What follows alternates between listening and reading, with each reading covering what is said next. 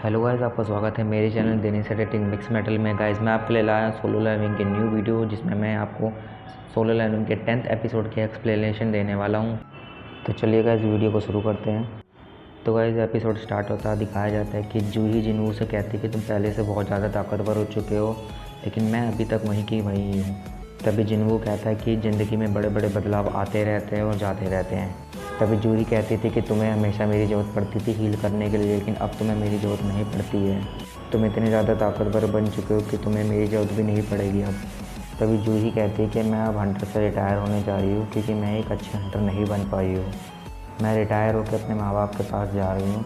अगर तुम कभी वहाँ पर आओ तो ज़रूर मेरे से मिलना। तभी जिनवू कहता है कि ठीक है, मैं जब भी वहाँ पर आऊँगा मैं तुम्हें डिनर के लिए ज़रूर इनवाइट करूँगा। और जूही अपना क्रिस्टल जिनवू को दे देती है और वहाँ से चली जाती है। तभी जिनवू अपनी पहले की बात याद करता है, जिसमें जिनचरू से कहता है कि केन टाइसन को हराना इतना आसान नहीं था। एक ई रैंक हंटर और एक बी रैंक हंटर उसे नहीं हरा सकते हैं।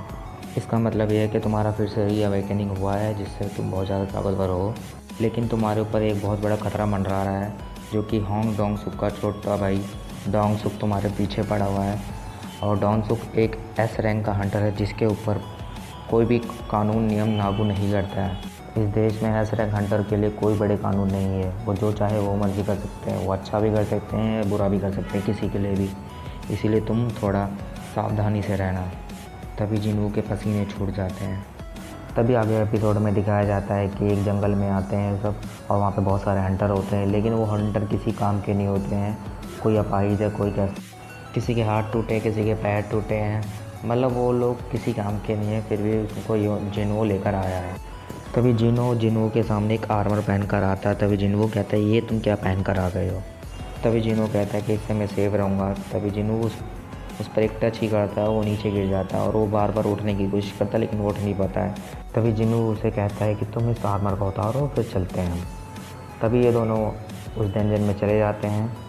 और यहाँ दूसरी तरफ जिनवू की बहन सोच रही होती है कि यहाँ पे सोनली क्यों नहीं है, क्योंकि सोनली वो लड़की है जो यहाँ पर आ रखी है। क्योंकि इन सबको डंजन के सामने वेट करने के लिए 3 मिलियन येन मिल रहे हैं, इसलिए सब वेट कर रहे हैं यहाँ पे। और यहाँ जिनवू अपने स्टेल्थ एबिलिटी को लेवल अप करता रहता है। और गाइस वो धीरे धीरे और भी ज़्यादा लेवल अप कर रहा है और ताकतवर बन रहा है। और उससे आगे और भी ज़्यादा क्रीचर मिलते हैं, जिनको वो धीरे धीरे मारते चला जाता है। और यहाँ पे जिनो माना क्रिस्टल की माइनिंग कर रहा होता है। इसको देखकर जिनो कहता है कि बॉस और भी ज़्यादा ताकतवर हो चुके हैं।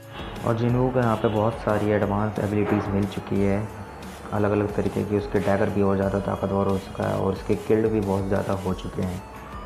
और वो धीरे धीरे और भी ज़्यादा एबिलिटीज़ को पा रहा है और एडवांस बनता जा रहा है। तभी दूसरी तरफ हमें वाइट टाइगर गिल्ड का सीन दिखाया जाता है, जहाँ पे मैनेजर ऑन होते हैं। और वहाँ पर एक एम्प्लॉई आता है और उन्हें बताता है कि सी रैंक डंजन के ऊपर 150 मिलियन खर्च करे जा रहे हैं, और इन सब का लीडर जिनो है।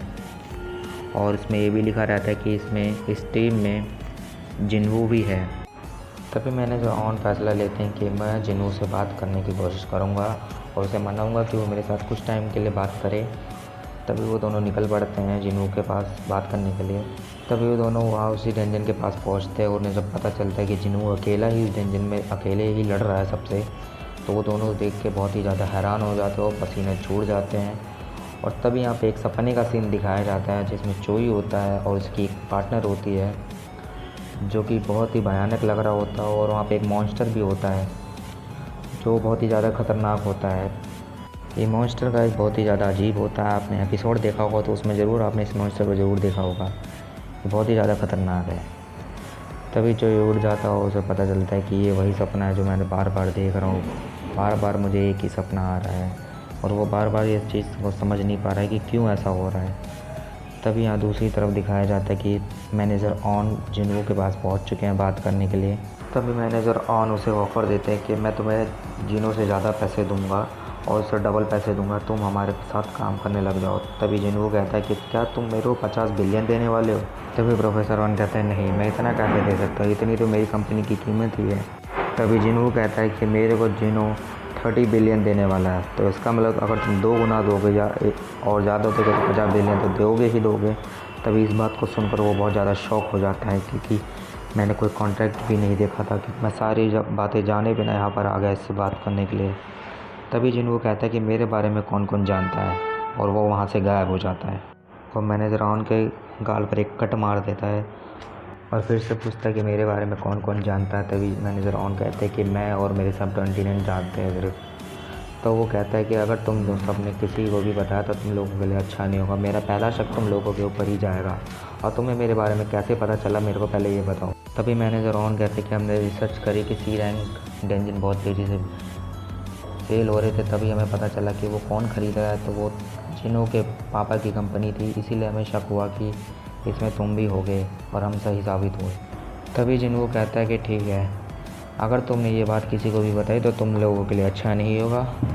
तभी जिन्हों मैनेजर ऑन से डील कर लेता है 300 मिलियन की, और फिर ये दिन ख़त्म हो जाता है। अगला दिन दिखाया जाता है कि जिन्हों जा रहा होता है जॉब चेंज क्वेस्ट के लिए। आपने अगर एपिसोड ध्यान से देखा होगा तो उसमें एक टास्क मिला है जॉब चेंज क्वेस्ट का। अब आने वाले एपिसोड में इसके बारे में बताया जाएगा।